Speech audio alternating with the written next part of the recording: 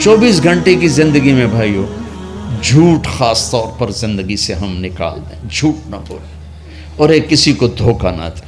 میرے نبی نے فرمایا میرا امتی ہر گناہ کر سکتا، دو نہیں کر سکتا، ایک جھوٹ کبھی نہیں بولے گا، ایک دھوکہ کبھی نہیں دے گا۔ تو ہم جھوٹ نہ بولیں، دھوکہ نہ دیں، ظلم نہ کریں، زیادتی نہ کریں۔ ظلم و زیادتی سے اللہ کا غضب حرکت میں آ جاتا ہے۔ میرے نبی نے فرمایا من آذا ذمیا فقد آذانی، جس نے کسی غیر مسلم کو بھی دکھ پہنچایا تو اس نے مجھے دکھ پہنچایا۔ جس نے کسی غیر مسلم کو دکھ پہنچایا اس نے مجھے دکھ پہنچایا۔ میرے نبی نے تو اپنے ساتھ رہنے غیر مسلموں کے ساتھ اتنی رحمت للعالمین کا ثبوت دیا۔ ہم ان کے برتن بھی الگ کرتے، وہ برتن کو ہاتھ لگانے میں کہ دھو، برتن دھو کے لاؤ، اتنی نفرت کا اظہار۔ بھائیو محبت سے رہیں، اپنے کاروبار میں ہو سچ بولو، صحیح تولو، وعدہ خلافی نہ کرو، وعدے سے پھرو مت، کسی کو دھوکہ نہ دو، کسی کو فراڈ نہ کرو۔ بازار کا دین سچائی ہے، صحیح تولنا ہے اور دھوکہ نہ دینا ہے۔ گھر کا دین ماں باپ زندہ ہیں، ان کے پیر دھو لو، ان کی دعائیں لے لو۔ گھر والے ہو اپنی بیوی سے حسن سلوک کرو، گالی دینا، تانے دینا، طنز بولیاں، اپنے گھروں کو آگ نہ لگاؤ۔ ہمارا جوائنٹ فیملی سسٹم ہے، ماں باپ کو اپنا مقام دو، بیوی کو اپنا مقام دو۔ ہمارا سسرالی معاشرہ ظالم ہے، درد سے کہہ رہا ہوں ظالم ہے، ہمارا سسرالی معاشرہ ظالم ہے، چاہے دیندار کہلاتے ہوں، چاہے دنیا دار کہلاتے ہوں، چاہے پڑھے لکھے کہلاتے ہوں، چاہے ان پڑھ کہلاتے ہوں، ظلم ہے۔ میں کہاں سے اس کی تعویل کروں؟ اگر ماں باپ کی طرف سے زیادتی ہے اپنی بیوی کو بچاؤ، اور کہیں بیویاں ایسی زوردار ہیں کہ وہ گھر کو آگ لگانے پر آئی ہوتی ہیں، اگر بیوی زیادتی کرے تو ماں باپ کو بچاؤ۔ یہ تمہارا کام بیچ میں ایک پل بننا ہے، دونوں رشتوں کو جوڑنا ہے۔ جس طرف بہنوں کی طرف سے زیادتی ہے بیوی کو بچاؤ، بیوی کی طرف سے اپنے دوسرے رشتوں کو بچاؤ۔ ہم اس میں افراط ہوتا یعنی کمی زیادتی کا شکار ہیں۔ کچھ ماں باپ کے پریشر میں بیویوں پر ظلم ڈھا دیتے ہیں، اور کچھ بیویوں کے پریشر میں ماں باپ کو ذلیل کر دیتے ہیں۔ یہ دونوں انسانیت سے دور کی چیزیں ہیں۔ بھائیو اپنے نبی کی زندگی پڑھو اللہ کو۔ میرے نبی کی ایک حدیث سناؤں، میرے نبی نے فرمایا یہ جو میرے مدینے والے لوگ ہیں نا یہ بڑے اچھے ہیں، ان کے گھر میں جب کسی کی ڈولی اترے نا تو اسے یوں لگتا ہے جیسے میں اپنے ماں باپ کے گھر ہی آ گئی۔ یہ چند دن پہلے میں نے حدیث پڑھی تو مجھے بڑا مزہ آیا کہ میرا تو مستقل مضمون میں بیان کرتا رہتا ہوں۔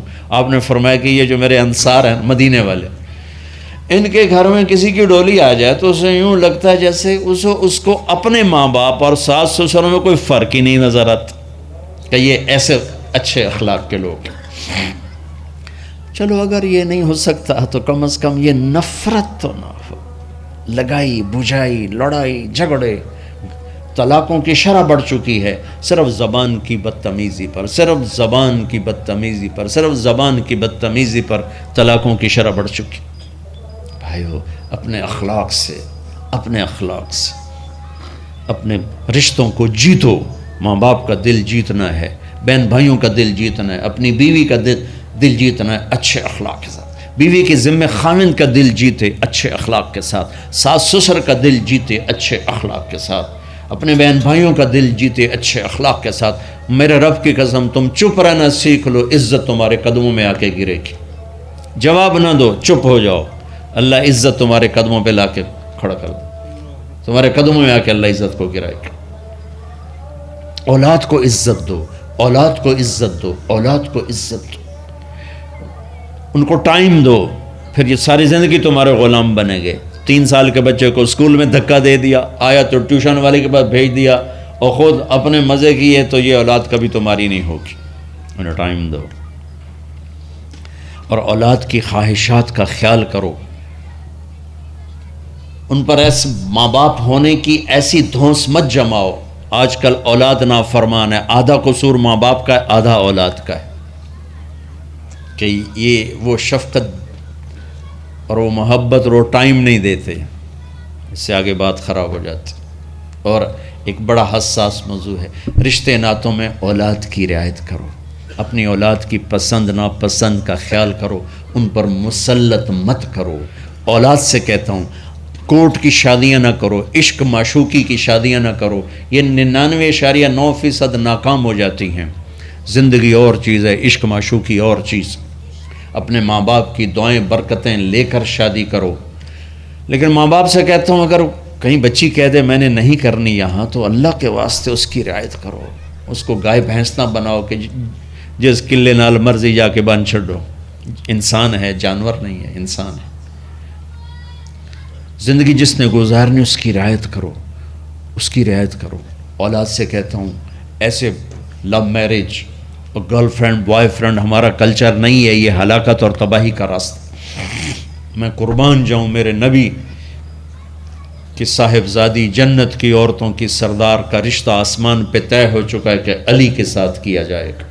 خبر آ چکی، جبریل آ چکے ہیں کہ یا رسول اللہ فاطمہ علی کے لیے ہے، اور حضرت علی رشتے کا پیغام لے کر آئے ہیں، اور آپ فرما رہے ہیں انشاءاللہ۔ ہاں نہیں کی، کہا انشاءاللہ۔ ہاں تو ہو چکی ہے، انشاءاللہ۔ ہاں کیوں نہیں کی؟ ہاں ہو چکی۔ آپ کو سبق سکھانے کے، ہمیں شریعت سکھانے کے۔ گھر تشریف لے گئے، فاطمہ بیٹی علی کا رشتہ آیا ہے، ہاں کر دوں۔ اللہ اکبر۔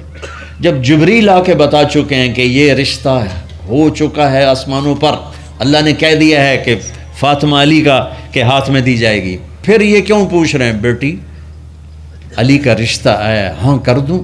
ہمیں سکھانے کی کہ کتنی بچیاں سسک کے زندگی گزار دیتی ہیں، ماں پیو زبردستی کر دیتے، کتنے بچے سسک کے زندگی گزار دیتے ہیں کہ ماں باپ زبردستی کر دیتے۔ بھائیو اللہ کے واسطے شریعت پڑھو، دین پڑھو، نبی کی زندگی پڑھو۔ حضرت فاطمہ رضی اللہ تعالیٰ عنہ کا انکار کرنا تھا، کیا خیر آج کل کی شریف بچی بیچاری چپ کر کے کہتی ٹھیک ہے جی میں ماں پیو دی مرضی۔ تو فاطمہ جیسی ہستی کوئی تصور کر سکتا ہے؟ کہیں گی نہیں، وہاں سے اقرار ہی تھا، لیکن ہمیں پیغام دینا تھا، سکھانا تھا کہ یا رسول اللہ جیسے آپ بس علی جاؤ لوگوں کو بلاؤ، پھر لوگوں کو بلایا، پھر آپ نے نکاح پڑھایا، پھر رخصتی ہوئی، بلا کر آپ نے فاطمہ کا ہاتھ پکڑا اور یوں علی کے ہاتھ میں دے کر کہا علی تمہیں نبی کی بیٹی مبارک ہو۔ اور پھر فرمایا فاطمہ مجھے جو سب سے زیادہ محبوب تھا میں نے تیرا ہاتھ اس کے ہاتھ میں دے دیا۔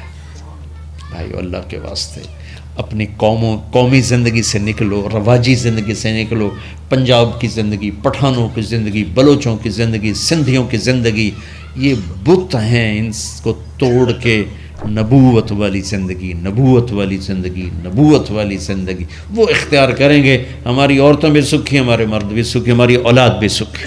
تو سارے بھائی نیت کرتے ہیں نا اس کی انشاءاللہ، اللہ تعالیٰ ان کی بخشش فرمائے۔ تو آپ بھائیوں ایک تو یہاں مرکز ہے اسماعیل، وہاں جایا کرو جمعرات کو، آپ کا فائدہ ہوگا۔ آپ کے پاس مسجد میں جماعت آ جائے ان کے ساتھ بیٹھا کرو، اس سے آپ کو انشاءاللہ فائدہ ہوگا۔ مہینے میں 3 دن جایا کرو، اس سے آپ کو انشاءاللہ راستہ ملے گا۔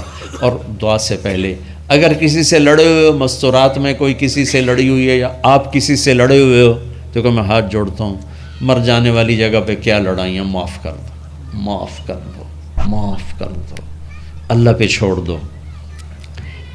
اپنے نبی کے ایک حدیث سنا کے دعا کرتے ہیں، آپ نے فرمایا مدینے والوں سے، مدینے والوں میرے بعد تمہیں تمہارا حق نہیں ملے گا، کیا کرو گے؟ کہا جی ہم تلوار اٹھائیں گے، حق لیں گے۔ آپ نے فرمایا اگر میں اس سے اچھی چیز بتاؤں کرو گے؟ کہا جی کیا؟ کہا حق کے لیے لڑائی نہ لڑنا، چھوڑ دینا، اور حوض کوثر پہ آ جانا، سارے پورے کروا دوں۔ اب یہ وعدہ مدینے والوں کے ساتھ نہیں ہے، یہ وعدہ ہر اس امتی کے ساتھ ہے جو جھگڑے سے بچنے کے لیے حق چھوڑ دے۔ اپنا حق لو، کوشش کرو، لیکن اگر لڑائی کی شکل ہے واپس ہو جاؤ کہ یا رسول اللہ آپ کے حوالے۔ آپ نے مدینے والوں میں ہمیں بھی شامل کیا ہے، جس کا حق مارا جائے اور لڑے نہیں، چھوڑ دے، صبر کر جائے، میرے انتظار کر آنکھیں بند ہونے کا کہ میرا نبی تیرا وکیل ہوگا اور اللہ جج ہوگا، ان ویکھیا فیصلہ کہیں دا ہوندا ہے۔ پھر تم اپنے حبیب کو اپنا وکیل بنا لو۔ اب معاف کر دو، عورتیں بھی معاف کر دیں، آپ بھی معاف کر دیں، گلے لگو، امت بنو، محبت سے رہو کیا 4 دن کی زندگی میں نفرتوں کی آگ بھڑکانا، محبت کے پھول بکھیر کے چلے جاؤ، کیا ظلمتیں پھیلانا، اپنے حصے کی شمع جلا کے چلے جاؤ۔